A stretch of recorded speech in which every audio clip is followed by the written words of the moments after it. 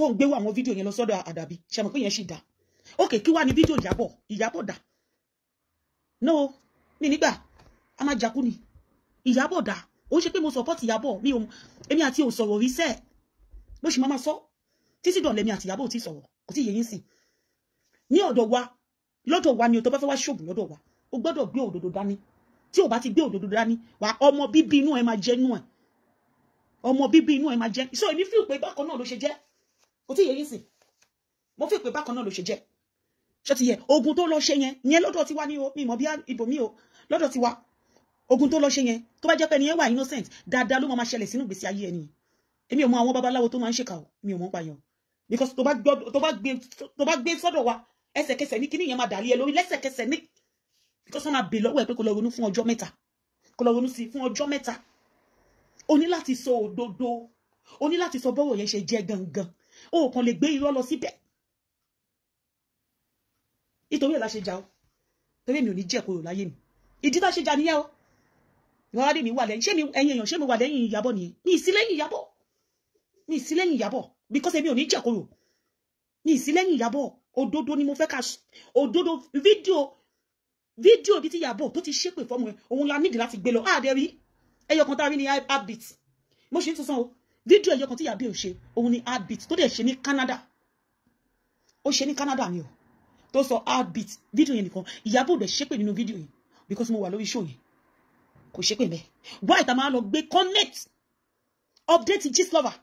tá máa dárúkọ àwọn ọmọ Ìyábọ̀ onílé work mi kì í sinmi tó máa ti ń pààyàn ìkànnì yẹn mi ní sùnmọ́jú máa sick ọtí o Ọlọ́run ní jẹ́ a máa jà ó pé èmi ká jà ká fọ́ra wa lórí dànká pawọ́ irú ojúkorojú láti bọ́ ayé ọmọ ọlọ́mọ jẹ́ kọ́mọ ayé ọmọ ọlọ́mọ wá wà lójú kan náà láyé mi ní bá wọn lọ́wọ́ sí tí bá rí fídíò Ìyábọ̀ níbi tó ti ń ṣépè fún ọmọ ẹ̀ máa gbé wá àrí kọ́mẹ̀ntì ẹ̀yọkan tá a rí jẹun wo kọ́mẹ̀ntì ẹ̀yọkan tá a rí lélẹ̀ kọ́mẹ̀ntì Ìyábọ̀ tá a rí lélẹ̀ kọ́mẹ̀ntì ẹ̀yọkan Ìyábọ̀ tá a rí mú un lálẹ́ tó dẹ̀ gbé sórí péjì òun lélẹ̀ níbọ̀.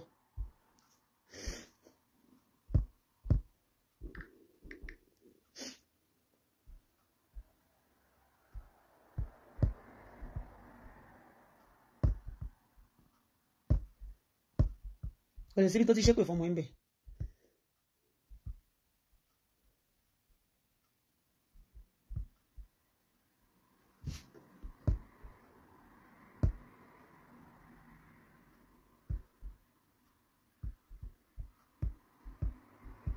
ẹ má bínú yẹn ṣé mo pé mi mọ̀ pé a máa fi ṣó.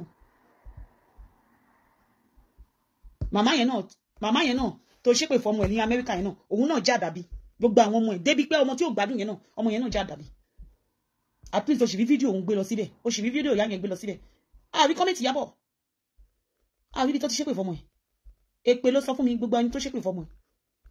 kò ń ṣe Gistlover àmì tó ń jẹ́ Gistlover kò ń ṣe orúkọ kọ́ ni Gistlover ẹni Gistlover àwọn tí wàá tọ̀nù sí Ìyábọ̀ Òjó a máa jà kú nínà.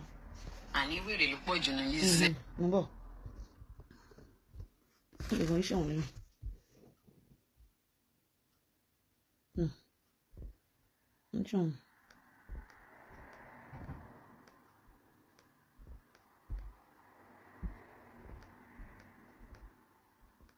kọ́mẹ̀ntì tó ti pẹ́ gan tó yẹ pé ìgbà yẹn Ìyábọ̀ gan tí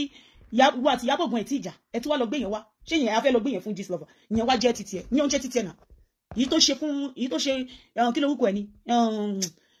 kí lórúkọ bọ̀bọ̀ yìí bọ̀bọ̀ tó máa ń ṣe fíìmù yẹn ìgbà tó ń update fún ó ń ṣe tọmọ ènìyàn náà wọn ò lè gbé yẹn no wọn ò lè gbé yẹn mo wà lórí ọwọ́ mi báyìí mo like ẹ̀ ní ìsín níbi tán ti ṣèkà mo like ìgbésí ayé mi báyìí ní bá àwọn àmì ká má bá wa sọ òdodo ọ̀nà bullshit nù nonsense ìwọ ìṣòro ibùkún ni tí mi àti ẹ bá máa pẹ́ títí tó dé fẹ́ kájọ wa gbọ́dọ̀ ṣe òtítọ́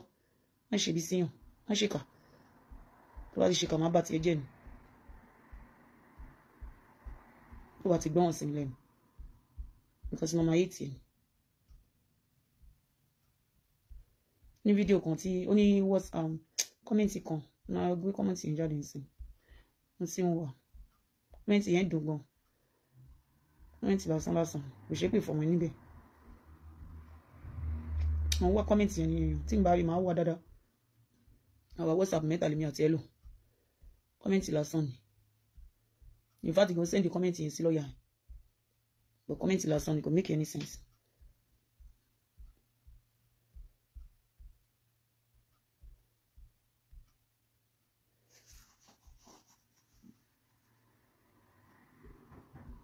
èmi á mọ̀ pé ó mọ bí ṣe máa súnmọ́ ní súnmọ́ ẹ̀ náà ló fọ̀ you're full of evil even ti pọ̀jù fún ẹ jù ló dé ó bẹ lọ́wọ́ ẹ̀ tí gbogbo èèyàn tó ń lé yìí tó máa kú tí gbogbo wọn bá kú tó ń sìn nǹkan ta ló máa kú tó máa bẹ́ẹ̀ rajà ní kí ni mò ń sọ tó tọ́ ni mò ń sọ náà ta ló máa kú tó fẹ́ bá jà lórí social media that's why you have to let go lọ sọ pé no fẹ́ let go máa wá kọ́mẹ́ǹtì yẹn dáadáa kọ́mẹ́ǹtì yẹn ó circulate ibi tó ti pe ẹ ní lizard ibi tó ti sọ fún ẹ lizard ló kọ síbẹ̀ ó dẹ̀ sọ pé ó dẹ̀ pé orúkọ ọkọ ẹ ní mi ìmọ̀ bóyá dọ̀dọ̀ yọ̀ àbí something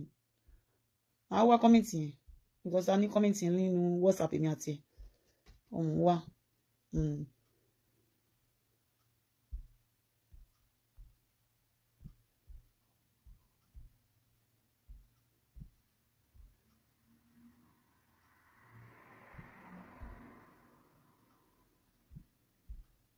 Kọ́mẹ́ǹtì ṣáà ni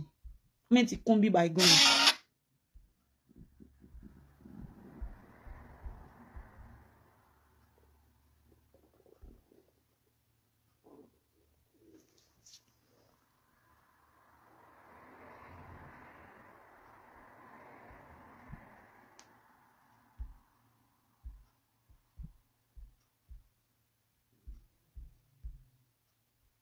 ẹ má bínú ẹ̀yin èèyàn mò ń wà ní àwọn kọ́mẹ́ǹtì yẹn pọ̀ gan bíbá kọ́mẹ́ǹtì ṣá ni kọ́mẹ́ǹtì ni wèrè wọn máa bínú sí kọ́mẹ́ǹtì ni ètì àwọn tọ́kùnmọ̀ ètì ọ̀dọ̀ ẹ̀ lélẹ́yìí o Lizzy rẹ̀ o ètì pé Lizzy ni kọ́mẹ́ǹtì ni gbogbo ẹ̀ ètì kọ́mẹ́ǹtì làwọn máa jà fún kọ́mẹ́ǹtì àákà fún kínú ẹ̀ lérò àá bá a sọ̀rọ̀ nípínlẹ̀ kí ẹ̀ nípa kọ́mẹ́ǹtì a tún wá sórí péjì tèmi gangan fún ara mi a tún máa ṣa kọ́mẹ́ǹtì lórí péjì mi a bá ti jà tipẹ́tipẹ́ tó bá jẹ́ pé mo ní sùúrù ni ó tún mú kọ́mẹ́ǹtì mọ́mí biscuit gold ó tún mú kọ́mẹ́ǹtì ìyá yẹn náà mo súnré bẹ́ẹ̀ ni ìyá yẹn lẹ̀ because mi ò mọ nǹkan tí ìyá yẹn kọ mọ́mí biscuit ó tún mú.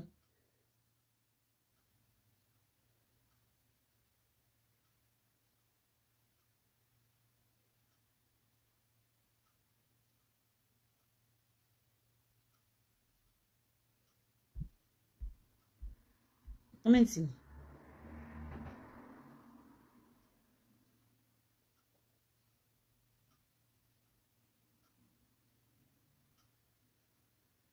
kọ́mẹ́ǹtì ẹ̀yin náà kọ́mẹ́ǹtì ní ẹ pẹ̀lẹ́ jàre kọ́mẹ́ǹtì ẹ ti kọ́mẹ́ǹtì wọ́n bá kọ́mẹ́ǹtì jà kọ́mẹ́ǹtì kún bí gan o kọ́mẹ́ǹtì á tún gbé kọ́mẹ́ǹtì lọ sọ́dọ̀ babaláwo nonsense ẹ ti rí kọ́mẹ́ǹtì ní ẹ ti rí kọ́mẹ́ǹtì ẹ ti rí kọ́mẹ́ǹtì ní ẹ ti rí gbogbo ẹ̀ kọ́mẹ́ǹtì yìí ṣá ni.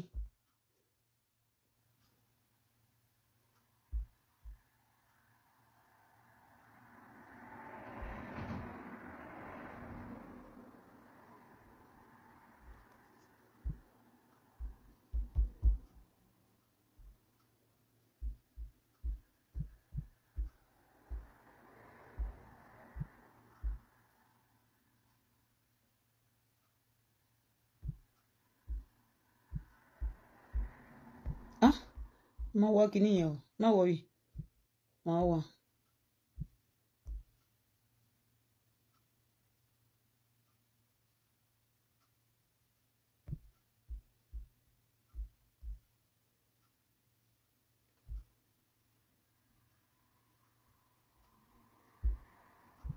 Nothing.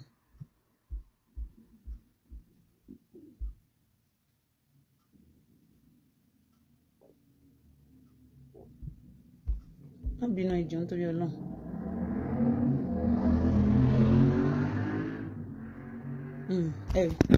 Kọ́mẹ́ǹtì ẹni sọ̀rọ̀ kẹ́ bá lè mọ̀ pọ́ọ̀dù ẹ̀ ní ẹ wò ẹ má wọ̀rí ẹ ti rí pọ́ọ̀dù ẹ̀ ní mo wọ̀ ẹ ti rí ẹ jẹ́ máa yín nù kíní máa pa iná wọn sí tí wọ́n jẹ́ pa náà bí sí mo wà ní ẹ mọ́ tíṣù kìí sí máa fi nu ojú kíní ẹ̀rín sí ó máa lọ máa gbé gbogbo nǹkan jáde ni.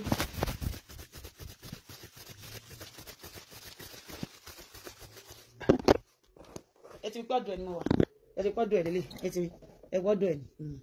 àwọn á lọ báyìí mo fẹ́ kẹ́ rí gbogbo ẹ̀ èyí tí mo fi wọ̀nyí sì ń sìn yẹn mo fẹ́ rí.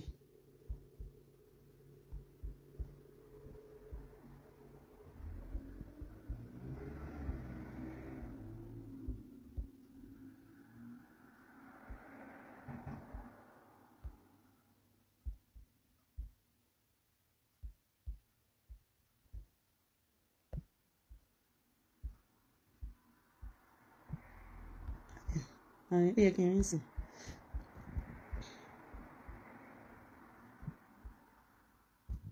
Kọ́mẹ́ǹtì àwọn nǹkan tí ó kàn wá nínú ìwọ kó ti rìn dáadáa ó yẹ kó ti rìn dáadáa ó ti rìn dáadáa ẹ ti rí ẹ ti screenshot ẹ jẹ́ ń jẹ́ kọ́wọ́ mi ní stable jẹ́ ń rí yá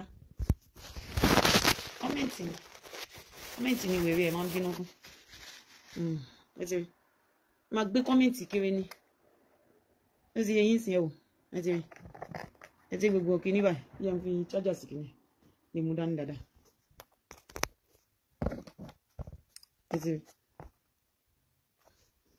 ṣé ẹ rí ṣá ṣé ẹ rí kà ẹ rí kìíní kà ṣé ẹ rí kà ẹ rí kà ẹ ti rí ìmọ̀ àwọn tó ń fún ní information àwọn ọmọ Ìyábọ̀ ìmọ̀ wọn ìwà ti sẹ́ǹdẹ̀ sí mi ẹ sẹ́ǹdẹ̀ sí mi nǹkan mi ìpè spíkà lèmi sẹ́wọ̀n ètí mi ẹ̀ẹ̀ka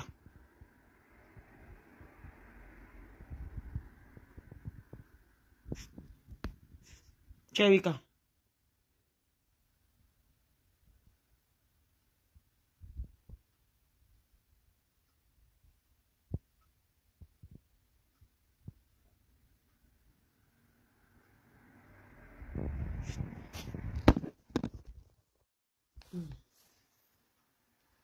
kọ́mẹ́ǹtì ní àwọn nǹkan tí ò make sense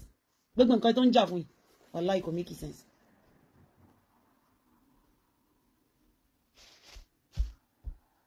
kọ́mẹ́ǹtì ní kò dé nígbàgbọ́ lórí àwọn èèyàn kò nígbàgbọ́ tẹ bá ti lè ti support ẹ̀ ó ti tán nǹkan ẹyọkan tó mọ̀ ń pa ènìyàn ń wá kọ́mẹ́ǹtì ti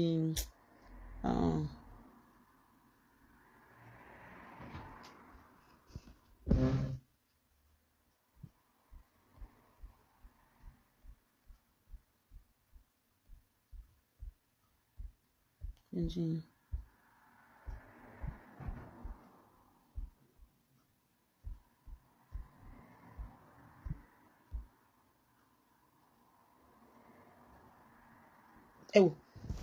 irú àwọn nǹkan báyìí òun Ìyábọ̀ ní ẹ ti rí àwọn nǹkan báyìí kò bá ní da fún fóònù yìí o fóònù tí mo lò yìí ṣẹlẹ̀ sí lọ́tí mi lò tẹ̀lé fóònù tí màá lò ńkọ́ tí kò ló lè ní lè máa fi ṣòwò ni nítorí mo bí tí mi kìíní ẹ̀ wà ní mo bí tí kìíní àṣẹ ìbàlẹ̀ wà ẹ ti ẹ ṣe ọgbẹ́ ìjẹ́ kọ́wọ́ mi ṣe kìíní ẹ ti àwọn kọ́mẹ́ǹtì òwèrè báyìí ṣé ó dárúkọ ẹ̀ Ìyábọ̀ lélẹ́yìí o bí kí Ìyábọ̀ lọ kọ́mẹ́ǹtì ká lọ screenshot ẹ̀ ó ti yẹ yín sìn kóhùn náà gbé wá ṣé lè la fẹ́ gbé lọ fún bàbá lábúlé irú kọ́mẹ́ǹtì báyìí tí bá bínú pé kọ́mẹ́ǹtì yìí kọ́ la máa gbé lọ sọ́dọ̀ bàbá lábúlé ibo ló ti ṣépè kò ṣépè èpè ló ní pé ká máa wá kiri kò ṣépè ó ti yẹ yín sìn kò ṣépè kò ṣépè mbẹ ó ti yẹ yín sìn tó bá ti fún mi ní kọ́mẹ́ǹtì máa ní kò ṣépè mbẹ àfẹ́ kọ́mẹ́ǹtì kò ṣe èpè mbẹ bẹ́ẹ̀ pé kọ́mẹ́ǹtì yìí ló máa jẹ́ ń bọ̀ náà ó kì í kàn ń ṣùn èyí tó mo ṣì yẹn gbé sórí péjì ni.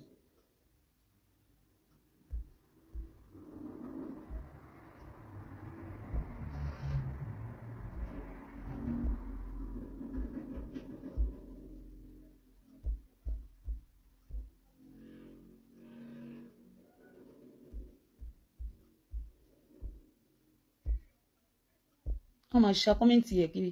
ọmọ yẹn ò dẹ̀ ṣépè ẹlẹ́lẹ́ni kò yá ṣépè àrí ibi tó ti ṣépè wọ́n kó kọ́mẹ́ǹtì ọmọ yẹn káàkiri ó kò ṣépè ẹ dẹ̀ fẹ́ gbé lọ sọ́dọ̀ bàbá lábúlé èmi ń dẹ̀ máa participate ń bẹ̀ mi ní participate ọlọ́run tó bá jẹ́ màmá mi ni màmá jà because ó sọ fún mi pé wọ́n máa ṣépè ní bàbá lábúlé ní kó gbé wá so ẹni tí ò wá ṣépè tá a bá fẹ́ gbé lọ sọ́dọ̀ bàbá lábúlé a máa jà náà ó yẹ kó mọ̀ pa máa jà.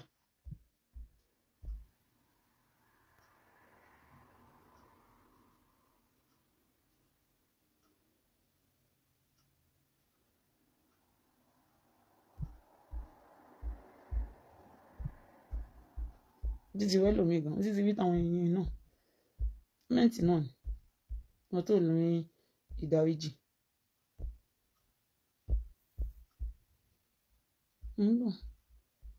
pọ́ìntì yẹn wà lórí péjì Ìyábọ̀ Báyìí láti mú níjọ́ ó kàn pé ní lizard náà ló pè ó dẹ̀ bá ọkọ ẹ̀ sọ̀rọ̀ ó ti yẹ yín sìn ẹ mọ̀ kéèyàn bá ọkọ èèyàn sọ̀rọ̀ ṣé kò yẹ yín sìn ó kàn bá ọkọ ẹ̀ sọ̀rọ̀ ni kò ń ṣe pé any other thing ó ti yẹ yín kò ń ṣe nothing kò jẹ́ pé ó jẹ́ anything kò ṣe nǹkan kan ó ti yẹ yín sìn bọ̀ kọ́mẹ̀tì yín náà ni gbogbo.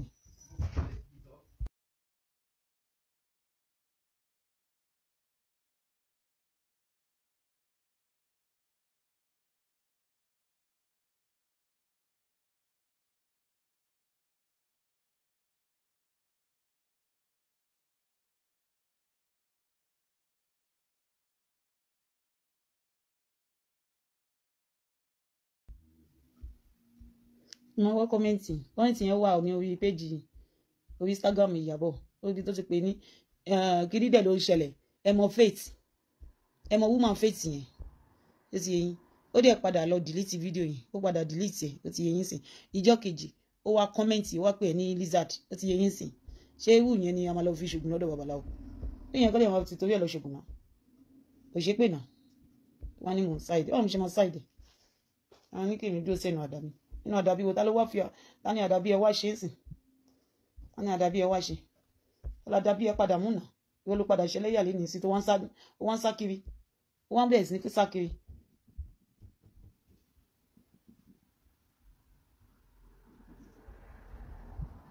wàá máa mú gbogbo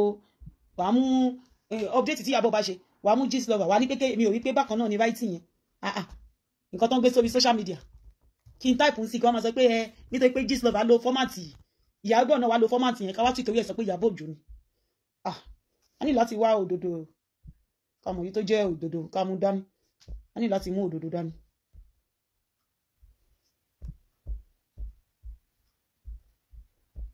pé mo lo capital letter ń sẹ́ni tó bá ti wá lo capital letter.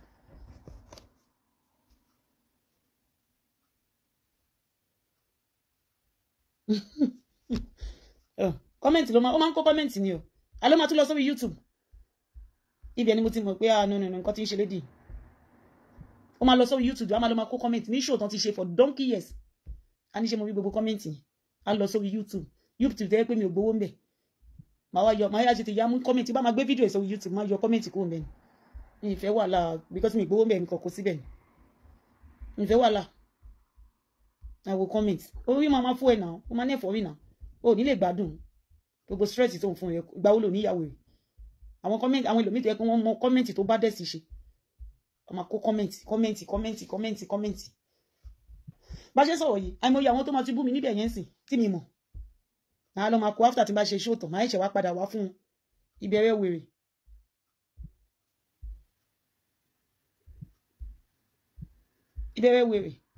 oní gúùpù náà ìgbà tó ṣe gúùpù orí Facebook yẹn náà kọ́mẹ́ǹtì yìí náà ni comment nígbà tó ṣe gúùpù wèrè àtàsúnmí kọ́ ló máa wà ńbẹ̀ ni oríṣiríṣi rẹ̀ ló máa wà ńbẹ̀ náà comment yìí náà ni comment yìí ni problem máa wá comment yìí máa wá jáde mi ṣe dáadáa ń sìn ń pọ́njú comment ni tó bá rí kẹ́nì kankan má jà kẹ́nì kankan kí nǹkan má ṣẹlẹ̀ á lọ sórí TikTok á lọ sórí TikTok á máa bè lọ́wọ́ mi fún mi ní fídíò kankan máa ní mi fún yín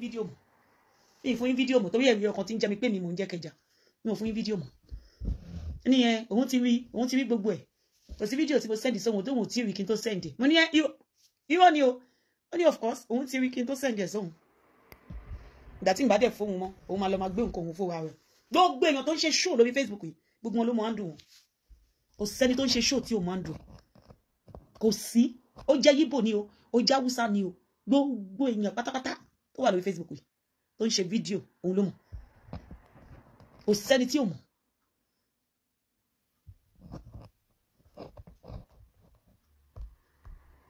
Kí ni comment? Just tell me what is comment. Do you think everybody will like you? No, you are forcing them. You can't force people. It's not everybody that will like you. Some people, they don't even want you to be alive. It's not everybody that like you. The few people that like you, that is fine. Prove your innocence to them. You don't need everybody validation. You don't need anybody validation. Prove your innocence to them. Because the way you behave, ó jẹ́ kí gbogbo ayé rí pé èṣù ni ẹ́ pé ìwọ gangan ló fẹ́ pa àwọn ènìyàn. Kò sẹ́ni tó ń ro gbogbo nǹkan tí ó ti ṣẹlẹ̀ tipẹ́tipẹ́. Kò sẹ́ni tó lè sọ lé nísìn pé Fọlá ló wá sórí social media. Kò sí. Gbogbo èèyàn pátápátá ló sọ pé ó fẹ́ pa Fọlá.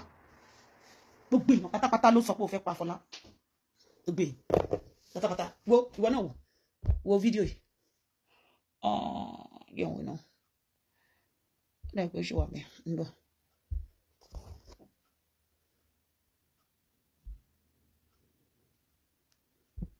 Mímọ́ ẹ jẹ́ má bínú ìwọ náà wo fídíò wo evidence ni o ṣe wọn pé mo ní púpọ̀ ẹ̀ mo ń bọ̀ nù. Welcome on board, guys. On a good day I'm a couple of send. ẹ máa gbọ́ fídíò yìí. mo fẹ́ connect.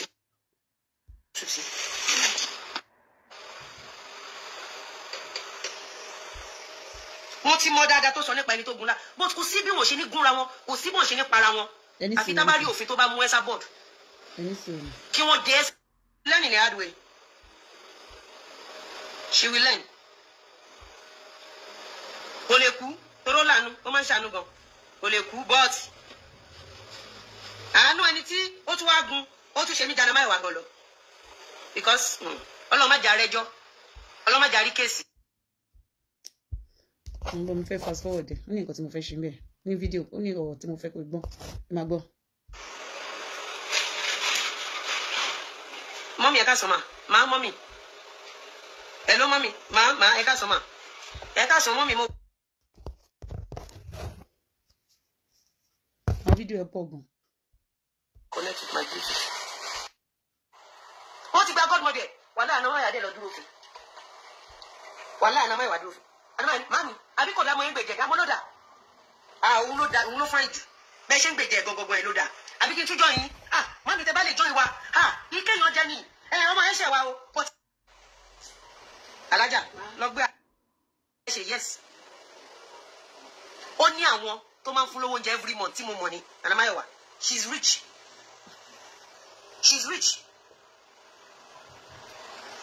ó dẹ̀ sọ fún yín pé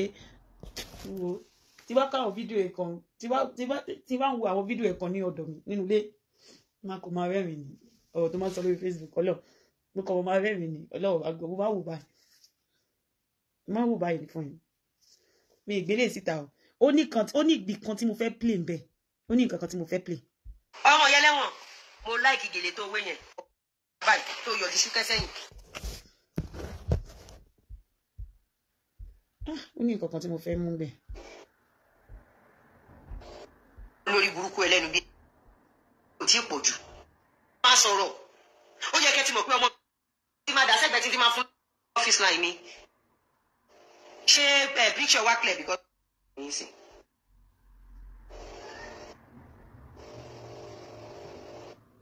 máa report to page mi gan ma ni I want to comment on your ìgbà ó bàjá ìwà tó bá máa ń ronú dáadáa ọ̀tọ̀ mu ẹ̀ ní kí ni máa ṣe mo máa ń filẹ̀ sáyé ẹ sọ èèyàn kan fún mi tó ti wá fún mi. máa gé fídíò yẹn máa gé jáde abiyamọ tó jẹ́ abiyamọ ó ti yẹ yín sìn kò ní wo òṣùṣù báyìí ó ti yẹ yín sìn kó sọ yí pé kí èèyàn kó bí ọmọ mẹ́rin kó dẹ̀ wo òṣùṣù báyìí kó dẹ̀ máa lépa àwọn ọmọ yẹn pé kán kú abiyamọ gangan tó bí ọmọ sáyé ó ti ó dáa pẹ̀lú ìkúnlẹ̀ tí àwọn ẹlòmíì tó yẹ pé tó ṣe ń bí ọmọ ó ní fídíò yẹn mo fẹ́ gbé fídíò yẹn síta máa kọ́ọ̀tì ẹ̀ kí n tó sùn máa kọ́ọ̀tì fídíò yẹn ẹ̀rọ Ọlọ́run á bá yín fún Lizzy ó ti yẹn sí ibi tí mo ti bẹ̀rẹ̀ sí ní bu òun lórí ọ̀rọ̀ òun ní ìgbà tá a rí evidence Ìyábọ̀ ibi ẹni mo ti bẹ̀rẹ̀ wàhálà pẹ̀lú ẹ̀ ní ní lọ́wọ́ sí nílé tèmi ti wá ó ti yẹn sí àwa ní babaláwo nílé wa ní father side wa ó ti yẹn sí mímọ́ ni òdodo ló máa ń lọ síbẹ̀ ó ti yẹn sí torí wọ́n máa rí nǹkan tó gbé wọ́n máa rí pé ó parọ́ ó máa dàlé ẹ lórí ni ó lè dìde kúrò ńbẹ̀ kó tó dàlé ẹ lórí so èmi feel pé bí gbogbo wọn ṣe yẹ kó rí nìyẹn nígbà tá ṣe yóò rí comment Ìyábọ̀ sí ibo ló ti ṣe pé ó sì kó ẹyọ kan tá mú the only video tá ní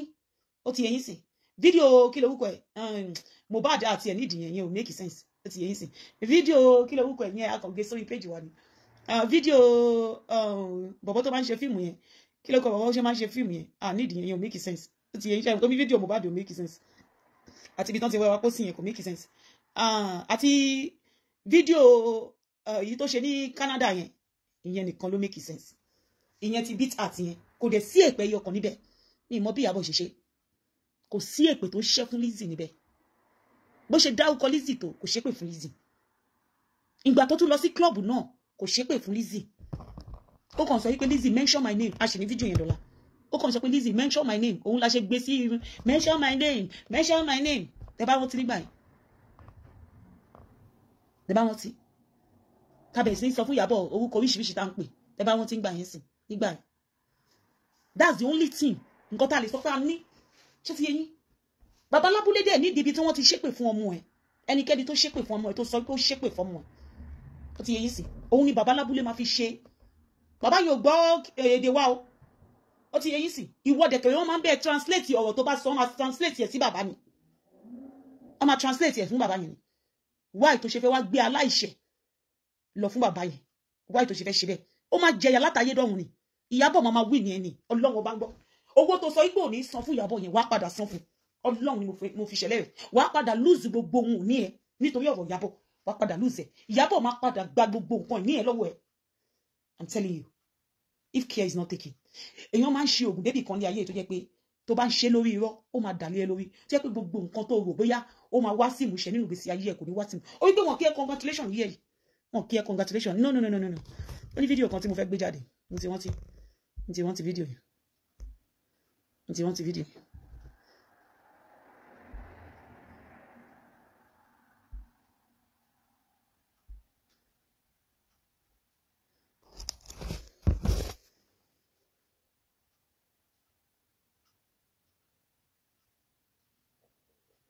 Okay, òun lè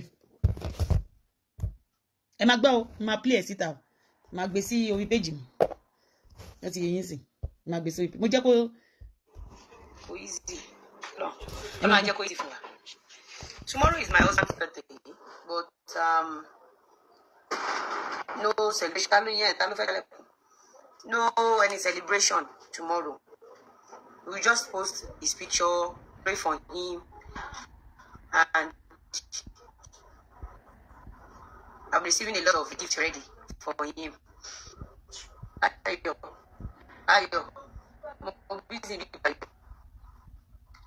Yes, so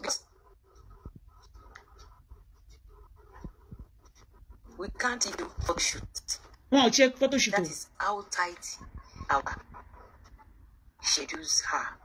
Right, I'm feeling open to read so much. I'm busy. Baby, you want shege wo. Believe her at your own peril. Oye yayin. Ṣùgbọ́n máa tú àṣírí. Èmi sọ fún yín pé òdodo nìkan ni máa wá ṣe lórí social media. Mi ní parọ́ mọ́ Lizzy. Lizzy ti tán, Lizzy no be person. 5 years is not 5 days. Remember? Do you understand? Kò sí kankan nínú yín tó bá ṣe fún 5 years. Kò sí anybody. Èmi bá ṣe pẹ̀lú 5 years and some months. Kò sí kankan nínú yín tó mọ̀. Ó ti yín. Ma tó bá tún yá. Ma tún gbé another evidence owó mi jáde. A shock yín bákàbákà. Ó ti yín. Àwọn bàbá yìí jù síta díẹ̀díẹ̀. Mi ní kò síta tán. Ó ti yín. Tó bá tó parọ́, ma tún fi video evidence, ma tún fi sí. Ma tún fi voice note, ma tún jù sí. Tó bá parọ́, tó bá sọ pé kò rí bẹ́ẹ̀. Ṣé kò yé yín sí? Tó bá parọ́, tó bá ní kò rí bẹ́ẹ̀. Ma tún ju video evidence, ma jù síbẹ̀. Ma tún fi voice note evidence, ma fi lé. Ṣé kò yé yín? Mo ti bá tó gbogbo ẹ̀ sílẹ̀. Ó dìgbà tí mọ́ǹtì yẹn bá dé. Afẹ́ ńlá. Òdodo nìkan. ní máa bá ṣe kò sí nǹkan tí mo fẹ́ parọ́ fún tó ti yé yín sìn ṣé kò yé yín ó ti yé yín kò sí nǹkan tí mo fẹ́ parọ́ fún kò tí ìyá ti máa lọ sọ́dọ̀ àwọn ọmọ tó ń tẹ̀lé ó ti yé yín ọlọ́pàá ló máa bá mi gba gbogbo owó tí mo fún wọn tí bá rẹ́dì pẹ̀lú wọn mo ní gbogbo rìsíìtì mi lọ́wọ́ pátápátá ọlọ́pàá ló máa gbé gbogbo mi kí ẹ̀yẹ ti máa ná ọlọ́pàá kó gbogbo wọn àti owó tí mo ná kò tí ìyá ẹ tí ṣe ẹ máa láìfù ẹ máa ṣe láìfù yín lọ ó ti yé yín sìn ó ti yé yín bọ̀ mo ti tẹ́ndà gbogbo ẹlẹ́ kò tí ìyá tó máa ṣiṣẹ́ yín ó ti yé yín bọ̀ mo ti tẹ́ndà gbogbo ẹlẹ́ fún wọn ọlọ́pàá ló máa kó gbogbo yín by the time tí bá rẹ́dì pẹ̀lú gbogbo yín ó tí ìyá ń sìn ọ̀gá yín ni mo ṣì wà pẹ̀lú ẹ ẹ̀yin ò tí ì ṣe ẹ̀mí ẹ máa ṣeré lọ ó ti yé yín máa make sure pé mo gba gbogbo owó pátápátá tí ó tó kankan máa lọ kó fáwọn afọ́jú máa gba gbogbo yẹn pátápátá èyí tí ò bá sanwó yẹn ó máa kú sí prison bẹ́ẹ̀ prison ló máa kú sí nínú yín èyí tí ò bá sanwó yẹn padà ó máa kú sí prison gbogbo nǹkan tẹ́ ẹ̀ ṣe látọ̀dún yìí mo kó gbogbo ẹ̀ ní o mo jẹ́ ẹ̀dá kan tó máa ní evidence ẹ̀dá kan mi ìfẹ́ mọ iye tó máa kọ́ sí mi láti ní evidence ó ti yẹn máa kó sí nǹkan tí ó náà ìgbẹ́ tí Lizzy yà sórí social media àfi tí mi bá mo fẹ́ mú jáde tí màmá wò yín báyìí kò sí ẹ sọ fídíò ẹni tí mo ní kò sí mo dúpẹ́ lọ́wọ́ Ọlọ́run fún yẹn ó ti yẹn date and time ó ti yẹn sìn video yìí was done on the 6th of January on the 6th of January ló ṣe video yìí ó ti yẹn sìn on the 6th of January òun ló ṣe video yìí video tí mo rí tí mo gbé síta lórí social media it was in January 2024 ti woman tó wà ní America yìí January 2024 òun ló ṣe video fún woman January 2024 òun ló ṣe video fún woman that was last year January ló ṣe fún òun ṣe 2023 last year January ló ṣe video yẹn it was a year ago ó ti yẹn sìn òun ló ṣe video yẹn fún mo ní full video of that woman full video like going to 4 hours nearly 4 hours òun ló ṣe fún woman gbogbo week dẹ̀ ló fi ṣe show fún woman ó ti I have all the videos tó gbé gbogbo picture àwọn ọmọ ìsíta pátápátá I have all the videos ẹ kò yẹn sìn so Lizzy tí mi ìbá rí ẹ kó wọnú ẹ̀wọ̀n mi ní gbẹ̀yìn lẹ́yìn ó máa wọnú ẹ̀wọ̀n yẹn ẹ̀wọ̀n yẹn nìkan níbi tí orí ẹ̀ máa ti pé ẹ̀wọ̀n yẹn nìkan ló lè reset brain ẹ̀ apáti ẹ̀wọ̀n.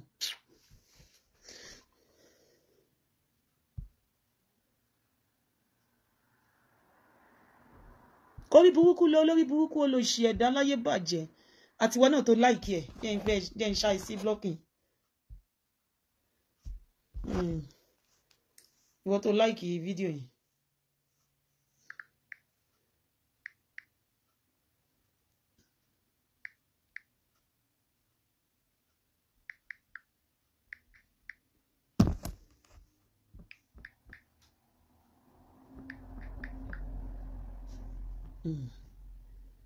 ǹjẹ́ ṣáwọ̀ náà sí blocking báyìí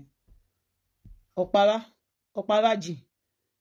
ó ti wà ní blocking nínú ó lè rí péjì mi mọ́ gbogbo àkáǹtì tó bá dẹ̀ ṣe ó lè rí mọ́ next time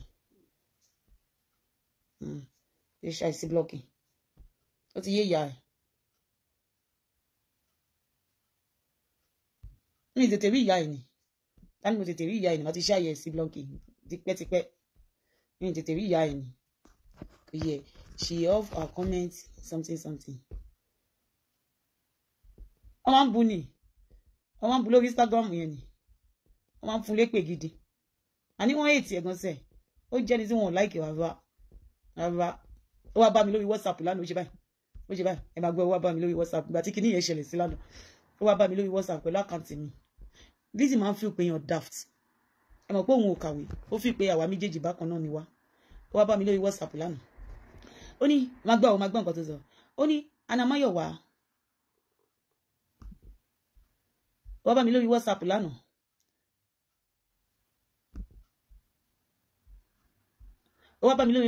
ó ní Anamáyọ̀wá good afternoon ó ní do you have anything if you have anything about Lizzy can you send it ó ní kékin send it sóhun ó ti yẹn sìn mo ní do you think I'm a fool like you Lizzy Anjorin mo ní mo sáré lọ gbé nọ́mbà tó fi pè yẹn tó ti yẹn mo sáré lọ search fún orúkọ yẹn àti NIN mo sáré lọ wá NIN mo sáré ju orúkọ tó fi register sim yẹn mo sáré jù sí ó ní òun ń ṣe Lizzy o ó ní I just want be careful with òun pẹ̀lú picture òun lòun ṣe yọ picture òun o òun lè jẹ́ kí mo bọ̀ mo screenshot gbogbo ẹ̀ lánàá mo screenshot gbogbo òkú ní tó àjọsọ ní tó sọ mo screenshot ẹ̀ òun fẹ́ kí òun lè bá mi send ẹ̀ sọ́dọ̀ Ìyábọ̀ ni òun fẹ́ kí n fóun ní gbogbo kìíní yẹn kóun lọ bá mi send ẹ̀ sọ́dọ̀ Ìyábọ̀ mo ní so that Ìyábọ̀ máa lè send ẹ̀ sí lọ́ọ̀yà mo ní so ṣó mọ̀ pé lọ́ọ̀yà Ìyábọ̀ máa sọ pé èmi gangan fúnra mi mo mọ lọ́ọ̀yà Ìyábọ̀ jù mo ní so ìwọ wà ló máa lọ bá mi send ẹ̀ sí mo ṣe fún wèrè lè pè mo fún wèrè lè pè ní ó ti yé yín bó ẹ ṣe kinní tó ṣe tó dé àná lórí social media ṣé ti yé yín sí ó rí pé mi ò bọ́ síta kí wá jubilate ó yé yín ó rí pé mi ò bọ́ síta mi ò sọ̀rọ̀ ṣé ti yé yín sí ó wá lo another number ó lóríṣiríṣi number gan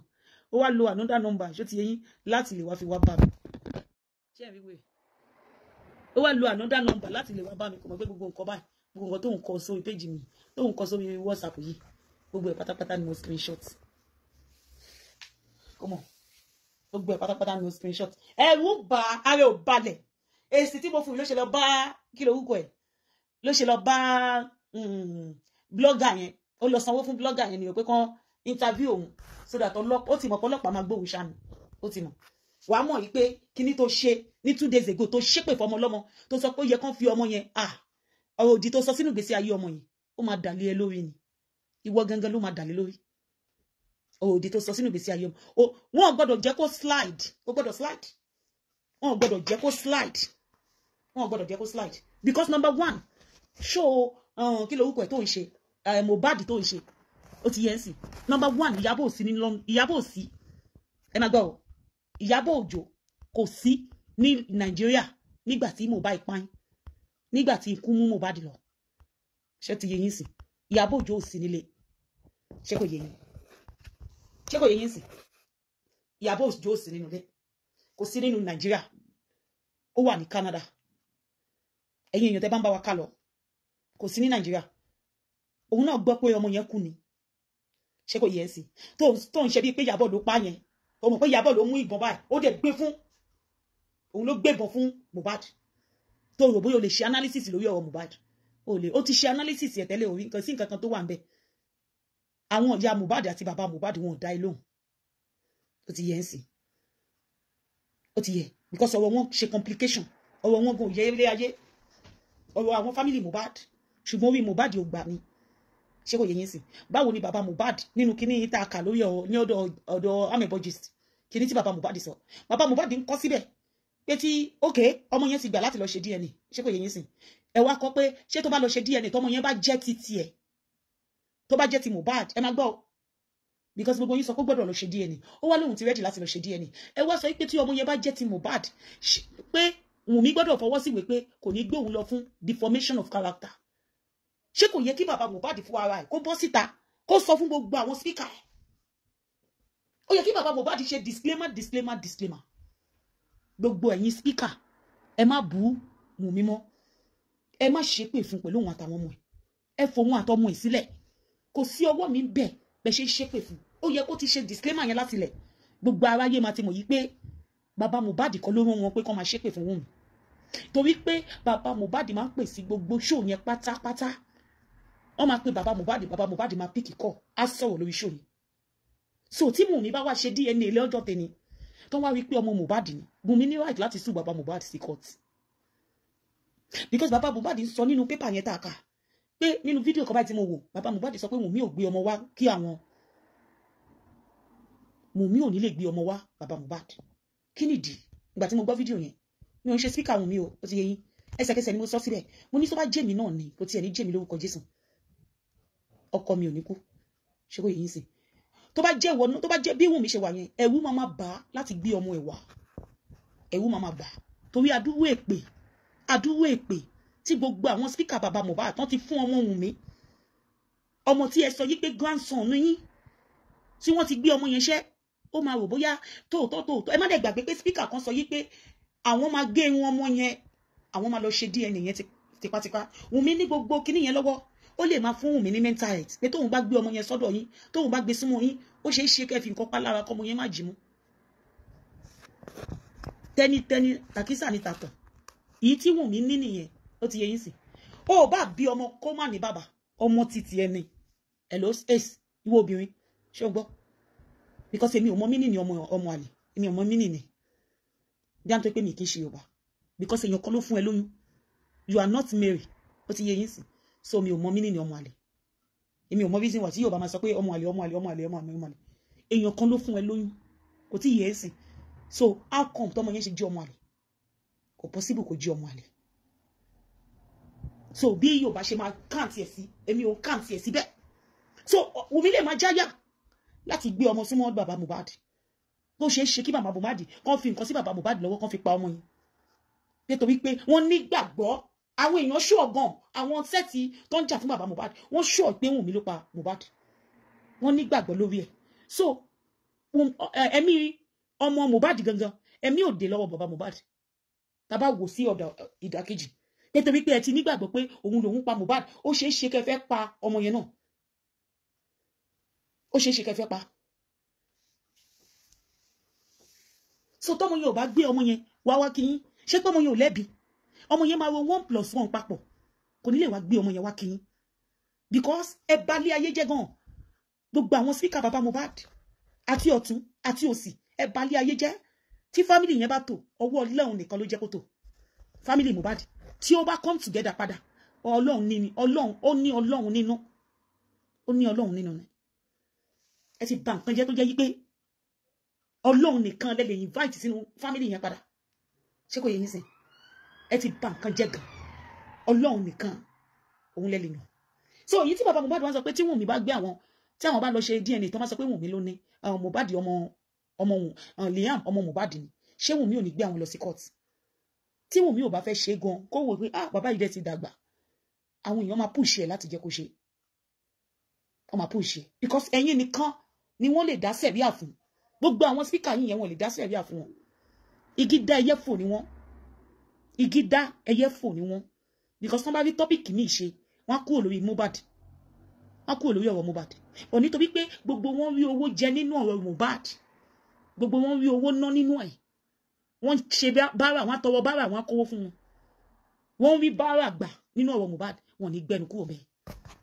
wọ́n ní gbẹnu kúrò bẹ́ẹ̀ ṣé kò yín sí wọ́n ní gbẹnu kúrò bẹ́ẹ̀ so bàbá Mohbad dídàkẹgbà pé Liam ọmọ yín ni kẹ má lọ ṣe DNA kẹ má bàa lọ sẹ́wọ̀n àbí kẹ lọ ṣe DNA kẹ wá lọ sẹ́wọ̀n tó bá jẹ́ yípo ọmọ yín ni Liam ẹ máa mú kan nínú méjèèjì ṣe pé bomi sí yín lẹ́nu ń sìn ó tún wá 2 years ó só sí yín lẹ́nu iyọ̀ àti só òun ló wà lẹ́nu yín sìn ìsó rẹ̀ kò ṣe pọ́nlá iyọ̀ dẹ̀ rẹ̀ kò ṣe sùdànù ṣò tó bá kọ wájú sí yín kẹta tó bá kọ ẹ̀yìn sí yín kẹta nígbà tí ọmọ yín tó kú tẹ́yìn náà tó wá fẹ́ lọ sẹ́wọ̀n ìkànnì máa mú nínú méjèèjì ìdàkẹgbà pé Liam òun ni ọmọ Mohbad torí pé Mohbad ó ti kúrò láyé Ọlọ́run wá fi Liam ó wá fi rọ́pò fún yín ẹ wá ń gbọ́ ti àwọn olórí burúkú tó wà lórí social media bí ọmọ yẹn ó ṣe Mohbad ló bí o kì í ṣe kinní kan ẹ wo ìgbà tó wà nínú yín ẹ wo bóun àti kinní kan ṣe ń jó ẹ wo bí kinní kan ṣe ń jó pé ọmọ yín péyàn kan tiẹ̀ bọ́ síta kóun lóyún fọmọ yín ó yẹ kẹ́ máa gbàlù kẹ́ máa gbàjọ ni àìmọye ọmọ tó kú tó yẹ pé kò sí ẹnì kankan tó bọ́ síta pé àwọn lóyún fún àìmọye kó má tiẹ̀ wá jẹ́ pé Mohbad gan ló bí in as much tó ti sọ yí pé ọmọ Mohbad ni ó yẹ kẹ́ tẹ́wọ́ gbà ni tó bá jẹ́ pé tóòtọ́ abiyamọ ni ó yẹ kẹ́ tọ́jú ẹgbà ni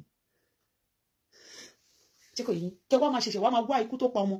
tó bá jẹ́ pé gbogbo èpè tí wọ́n ti gbé ọmọ Liam yẹn ṣẹ́ tó bá jẹ́ pé bí èpè ṣe máa ń jà kò yẹ kọ́mọ yẹn wà láyé lọ́jọ́ tèmi kábọ̀sì bọ́sì ẹ̀ máa fi sọ pé ó yẹ kán wá gbé wá kí yín mi ò ṣe ságà bàbá Mohbad you know I love you I will never abuse you mo kàn sọ fún yín ni torí tó bá kọ iwájú sí yín kẹta tó bá jẹ́ pé ẹ̀yin náà ló ta sí yín kẹyà tètè sá kẹyà bá ìrònú yín kẹyà pọ̀pọ̀ ṣé tí gbogbo àwọn tó ń bá yín ṣépè fún Liam wọn ò ní dúró tì yín tẹ́ bá lọ sẹ́wọ̀n tó ti yín Wùnmí ní sọ̀pọ́tà tí wọ́n máa gbé owó lẹ̀ fún láti make sure pé wọ́n yín lọ sẹ́wọ̀n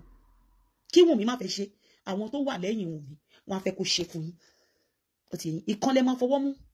ìdà kẹ́ sọ pé kán cancel DNA yẹn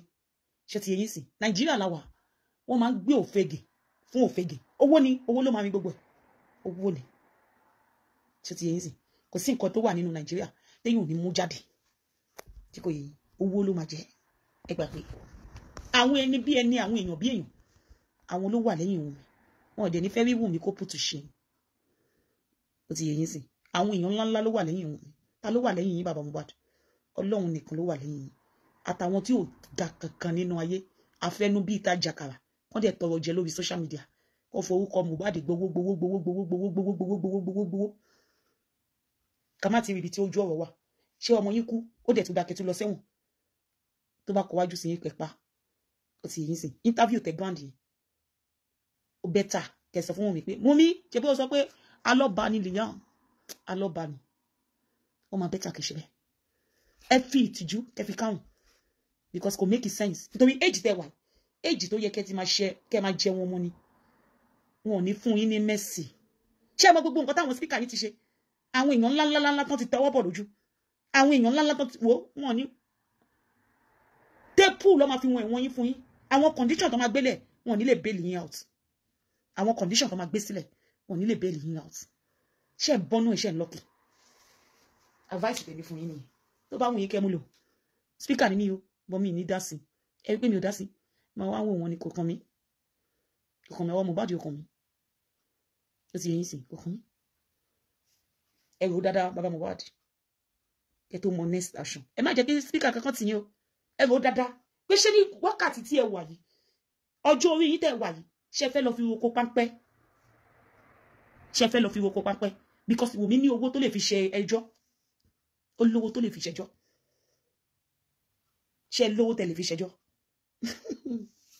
oh my God. It shall be well with you, Baba Mohbad. I rest my case. Baba the bikini one number. It shall be well with you, with your soul. That's it. It's not about the man is arrogant. Don't say that. Hey, Daddy, this is the this is a gift for making a U-turn. Thank you, sir. Eshego. Thank you. God bless you. Thank you, Eshego, for sign. It's not about the man is arrogant. It's the speakers. It's the speakers. Don't say the man is arrogant. Do you understand? Don't say that. Baba Mohbad. Àwọn tó rò bóhun ní lẹ́yìn ni. Àwọn tó máa balẹ̀ ayé ẹ̀jẹ̀. Ó ṣeé ṣe kó jẹ́ pé ọwọ́ Mohbad ó yẹ kó ti lójú tì. Ṣùgbọ́n àwọn speakers wọ́n jẹ́ kó rí ṣe. Wọ́n lè rí ṣe. I'm telling you. Ta ló sọ fún yín pé wọ́n ẹ̀rí ṣe pocket ẹ̀? Ta ló sọ bẹ́ẹ̀? Ta ló sọ fún yín pé owó yẹn wọnú ọ̀dọ̀ bàbá Mohbad? Ta ló sọ fún yín pé owó yẹn wọnú àpò bàbá Mohbad? Ta ló sọ bẹ́ẹ̀ fún yín? Owó tó yẹ pé àwọn èèyàn bíi 4 ló ní signation fún.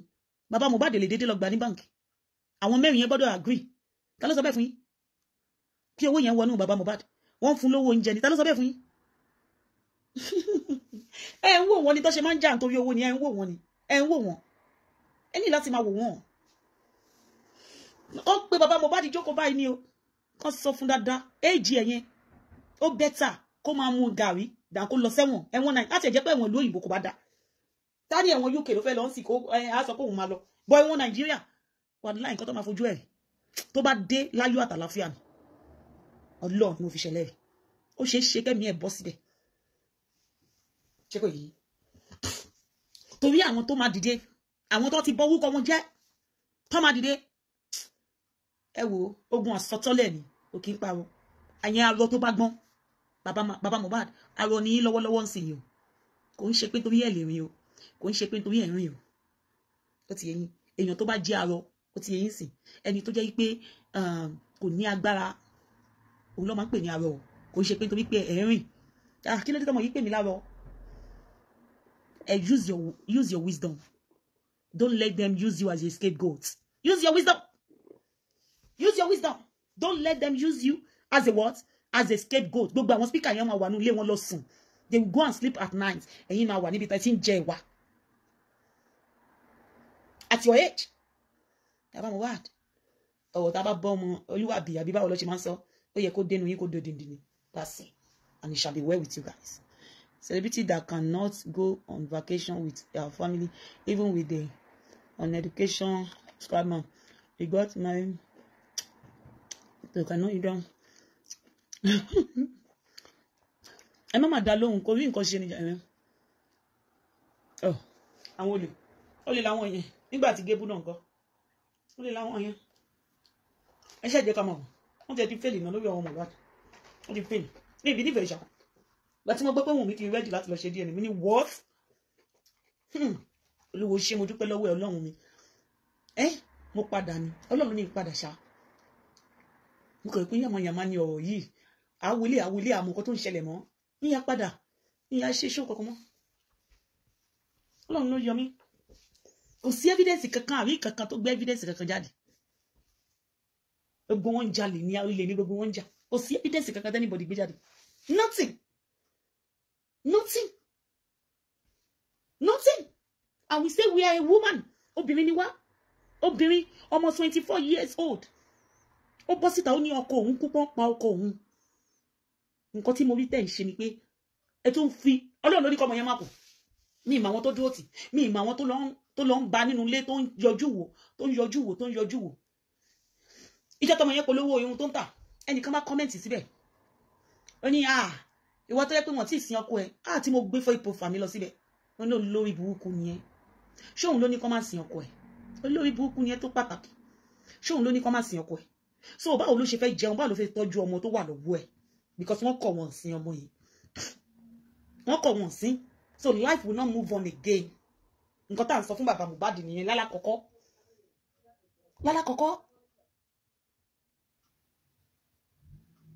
Wùmí tẹ̀ ń bájà yìí kò lè widow títí láíláí ọmọ kékeré ọmọ 24 years àbọ̀ ọmọ 22 years dẹ̀ ni Wùmí mi mọ́ èjẹ̀ bí i 24 ní ẹni Wùmí tẹ̀ ń bájà yìí kò lè wà widow títí láíláí ọmọ kékeré ni ó máa fẹ́ move on life ẹ̀ tó bá jẹ́ pé ìwọ ló bí Wùmí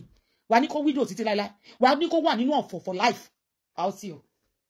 ìwọ náà sọ pé ìwọ ni ìyá Wùmí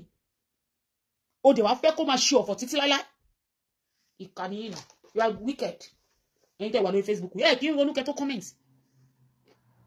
kí n ronú ó ṣe tó jẹ́ pé irun yẹn nìkan lọ́mọ yẹn fẹ́ máa fi jẹun àbí ó fẹ́ kó lọ ṣaṣẹ́wó èló ló ti gbé lọ sínú ilé Mohbad láti ìgbà tí Mohbad ti kú pé Wùmí gba 10,000 naira yìí lọ fi jẹun èló ló ti contribute fún so ojoojúmọ́ ni kí Wùmí máa gbé gba bára wà lórí social media ebi ń pa Liam mo ò lówó tí máa fi raṣọ fún Liam nǹkan tẹ́ fẹ́ kó ṣẹlẹ̀ sí nìyẹn àbí kẹ́ gbọ́ pé ó wà níbi tó ti ṣàṣẹ́wó ẹ̀yin náà lè máa tún ṣe ṣòfò ẹ sọ aṣẹ́wó yẹn ló fi pọ́kú ó tún sọ pé kóun máa tún máa tajà ẹ tún mú ẹ tún tàtàkì ẹjọ́ kílẹ̀ wá fẹ́ kó ṣe ọmọ 24 years kó wá jókòó energy ẹ tó yẹ kó máa burn ẹ mọ̀ pé nísìnyí ló gbọ́dọ̀ burn energy ẹ fẹ́ kó jókòó kalẹ̀ so that by the time tó bá wá wọ 50 years àwa ẹ̀ṣẹ̀ wa máa lọ máa ṣiṣẹ́ àbí ẹ wà ọ̀rọ̀ àti lórí social media ẹ wà òkè bóyá kíní tó ṣe yẹn òun ló máa fi gbé mind ẹ kúrò nínú ẹ ṣe máa dùn díẹ̀ ẹ bí bó ṣe gbẹ nígbà yẹn ó gbẹ bí ẹja ṣáwá ni ó gbẹ gan tó gbé yàn kan ẹ ní bílí pé picture ẹ tó ń gbé síta yẹn ẹ ní bílí pé Wùmí ni bó ṣe rí tí gbogbo èèyàn sọ pé ó ti síkì gan Mohbad ti fẹ́ wá gbé wàhálà ni wàhálà lọ́tùn wàhálà lósì wàhálà lọ́tùn wàhálà lósì wàhálà tójú ẹ rí ó dẹ̀ máa tún breastfeed ọmọ ẹ wo guys ẹ jẹ́ àmà lọ ẹ má dá lóhùn Lizzy was just saying trash today ó lè ní gbogbo wọn I'm telling you ó lè she's hiding cause guys let me tell you one thing ṣe rí fídíò tó ṣe fún ọmọ kékeré yìí fídíò yẹn ló jẹ́ kó padà sórí Mohbad ó fẹ́ ṣe ọ̀rọ̀ Mohbad by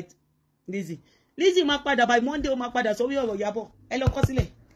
ó sì máa padà bó ṣe ń ṣe Mohbad ó sì máa ṣépè fún Ìyábọ̀ Òjó ó ti yẹ yìí sì kò ṣe kó máa filẹ̀ o ẹni tó ti ṣe ẹ bèèrè lọ́wọ́ ẹ̀ pé ṣé Mohbad jẹ́ family ẹ̀ ni ṣé family ẹ̀ ni Mohbad ni ṣé Mohbad jẹ́ family ẹ̀ ìwọ tó ti ya wèrè guys ẹ jẹ́ àmọ́ lọ jàre it is well with us inú mi dùn kó ṣẹlẹ́yà that's it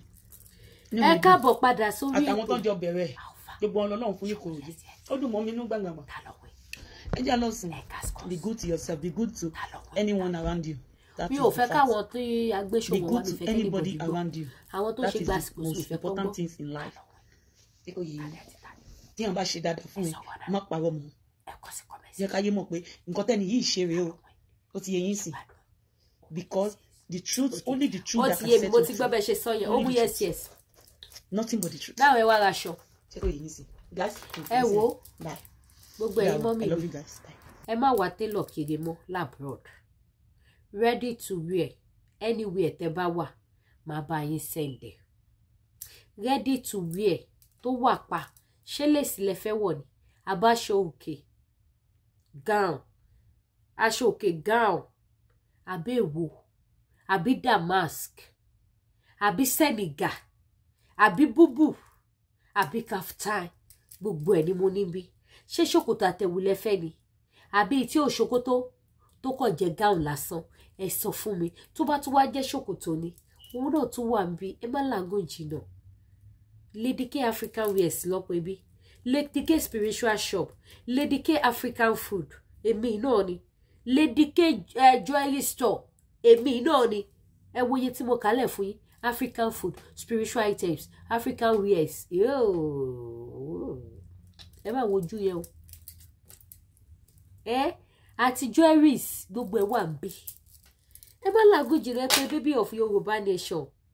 ẹ má joyè ọmọ Yorùbá tó níta ẹni bá máa dáṣọ fún níta àwọn ẹ̀ láwùn ẹ má wọ ohun Lady K èmi lè wọ anything tó bá wù mí wá ṣe show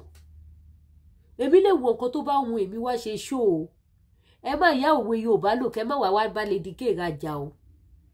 ẹ wá ra aṣọ tó dáa ẹ wá ra aṣọ tó mú yes ẹ wá ra àwọn aṣọ tó dùn wò àwọn aṣọ tó jọ ojú ní gbèsè àwọn aṣọ tó gbásíkì tó mú yes tó jẹ́ wípé àwọn tó bá rí lára yín gan wọ́n á mọ̀ pé yes aṣọ lẹ lò wọ́n á mọ̀ pé ẹ yàtọ̀ gédégbé eléyìí mú yes gidi.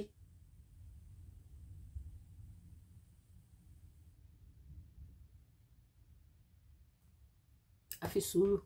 ẹ subscribe ẹ̀yin tẹ́ bá wá fẹ́ gbọ́ bó ṣe lọ lórí ayé wọn Nàìjíríà àti Yorùbá nation ẹ̀yẹ máa lọ sí Lady K news carrier bọ́ tẹ́ bá ti fẹ́ gbọ́ ìrírí ayé àríkọ́gbọ́n kẹ́kọ̀ọ́ rẹ́rìn kẹwàrà táwọn èèyàn fira wọn dá lórí social media ẹ̀yin tẹ́ ní time àti lọ sí Facebook tó yẹ pé Facebook ẹ lè wo Facebook nínú tẹlifíṣàn YouTube lẹ lè wò èmi ò mọ̀ bá yín gbé wá síbí ẹ ṣe gojú òní tìyí mo fàsìkò ìdúpẹ́ lọ́wọ́ gbogbo ẹ̀yà látìlẹ́yìn Lady K Ìfẹ́olúwa show the baby of Yorùbá nation thank you so much for your love for your kindness for everything ẹ ṣe gan ni mo dúpẹ́ púpọ̀ lọ́wọ́ yín ẹ má wá gbàgbé láti contact mi fún anything tẹ́ bá fẹ́ ṣe kíni tí ẹ bá fẹ́ rà tí ẹ bá fẹ́ order ẹ̀yẹn ṣáà ti pé Lady K Ìfẹ́olúwa show the baby the baby of Yorùbá nation ẹ̀yẹn ṣáà ti gbá mi láago lákọ ni mo wà bí ìbọn kò sígbà tẹ́ pè mí tí mi ò dáhùn bákan náà dẹ̀ ni kò sí ìlú náà tí mi ò lè sẹ́ǹdì ọjà sí kò sí ìlú tí mi ò kí ń post sí kí ló ṣẹlẹ̀